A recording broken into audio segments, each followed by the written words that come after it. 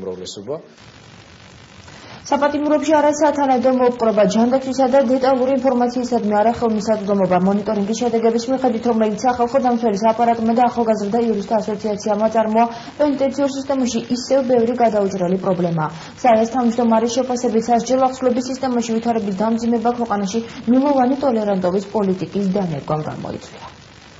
არასათანადო მოპყრობა, პატიმრებზე ფიზიკური ზეწოლის არაეფექტური გამოძიება, დეტალური სტატისტიკური ინფორმაციისადმი და ჯანდაცვისადმი არახელმისაწვდომობა. სახალხო დამცველის აპარატმა და საქართველოს ახალგაზრდა იურისტთა ასოციაციამ სასჯელ აღსრულების დაწესებულებებისა და დროებითი მოთავსების იზოლატორებში ერთობლივი მონიტორინგის შედეგები გამოაქვეყნეს. პატიმრების მიმართ ციხის თანამშრომლების მოპყრობასა და საპატიმროებში არსებულ პირობებს სპეციალური ფოკუს ჯგუფი აღმოსავლეთ საქართველოში მოქმედ სასჯელ აღსრულების დაწესებულებებში აკვირდებოდა. ჯგუფის წარმომადგენლები შეფასებით ვითარება წინა პერიოდთან შედარებით არ გაუმჯობესებულა, მათი თქმით პენიტენციურ სისტემაში ისევ ბევრი გადაუჭრელი პრობლემაა. პრაქტიკულად იგივე სიტუაცია. არც განსაკუთრებულ გაუარესებასთან არ გვაქვს საქმე და გაუმჯობესებითაც ბევრი არაფერი გაუმჯობესებულა. ისევ გამოიკვეთა სამედიცინო მომსახურების ხარისხთან თუ დროულობასთან და ეფექტურობასთან დაკავშირებული არაერთი პრობლემა. გარდა პატიმრების ფიზიკური და სიტყვიერი შეურაცხყოფის და ციხის ადმინისტრაციის მხრიდან მათი თვითნებური დასჯისა, კვლევაში პატიმრების სხვა პრობლემებიცაა ასახული. წინა კვლევების მსგავსად ამ მონიტორინგის შედეგადაც გამოვლინდა, რომ პატიმრების უმეტესობას სასჯელის მოხდა არაადამიანურ პირობებში უწევს. ხშირად არ გააჩნიათ პირადი საწოლი, ვერ სარგებლობენ გასეირნების უფლებით და არ გააჩნიათ პირადი ჰიგიენის დაცვის საშუალება. გარდა ამისა, სრულად მოწყვეტილები არიან გარე სამყაროსთან კონტაქტს. ისევ სერიოზულად დგას გადაწყვეტილების პრობლემა.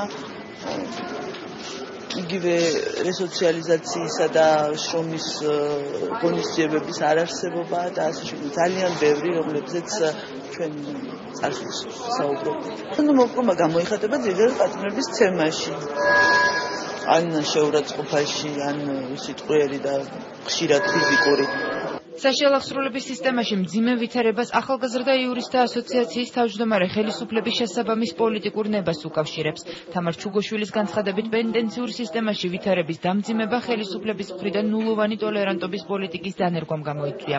მისი თქმით, ამის შედეგად ციხეებში გადატვირთულობის პრობლემა წარმოიქმნა და პატიმრებს კიდევ უფრო გაუსაძლისი პირობები შეექმნათ. სახელმწიფოს სისხლის სამართლის პოლიტიკა, რაც იწვევს ამ პრობლემებს. ეს არის ძალიან მკაცრი პოლიტიკა, ნულოვანი ტოლერანტობის პოლიტიკა, რაც იწვევს ძალიან ბევრი ადამიანის ციხეში აღმოჩენას და სასჯელ აღსრულების დაწესებულებებში აღმოჩენას. ძალიან მკაცრი არის პასუხისმგებლობები და ძალიან დიდი ხნის, მრავალი წლის განმავლობაში ადამიანები ზოგჯერ არაპროპორციულად დიდი ხნის განმავლობაში ხდებიან სასჯელ აღსრულების დაწესებულებებში. ამის გარდა არის არასათანადო მოპყრობის შემთხვევების გამოძიების პრობლემა. ანუ არ ხდება სათანადოდ გამოძიება და ესეც არის წმინდად პოლიტიკური ნების არარსებობის გამო. მიზეზი არის თალსახად ეს. მიუხედავად არასამთავრობო ორგანიზაციების არაერთი რეკომენდაციისა, მონიტორინგში მონაწილე სამოქალაქო სექტორის წარმომადგენლების განცხადებით, სისტემაში ნაცვლად ვითარების გაუმჯობესებისა მდგომარეობა კიდევ უფრო დამძიმდა, რაც სასჯელ აღსრულების პრობაციის და იურიდიული დახმარების მინისტრის ბრძანებამ ციხეებში პატიმართა ლიმიტის გაზრდის შესახებ გამოიწვია. პრევენციის ეროვნული მექანიზმის გაძლიერებასთან ერთად საპატიმროებისა და დროებითი მოთავსების იზოლატორების მონიტორინგის პროექტი პენიტენციურ სისტემაში არსებული პრობლემების ადვოკატირებას, პატიმართა უფასო იურიდიულ დახმარებას და ცნობიერების ამაღლებას ისახავს მიზნად. საქართველოს ახალგაზრდა იურისტთა ასოციაციისა და სახალხო დამცველის აპარატის პროექტის სახელწოდებით პატიმართა უფლებების გაუმჯობესება, ერთობლივი ადვოკატირება, ფონდ ღია საზოგადოება საქართველოს მიერაა დაფინანსებული და მისი მეორე ფაზა ამ წლის ივნისში დაიწყება.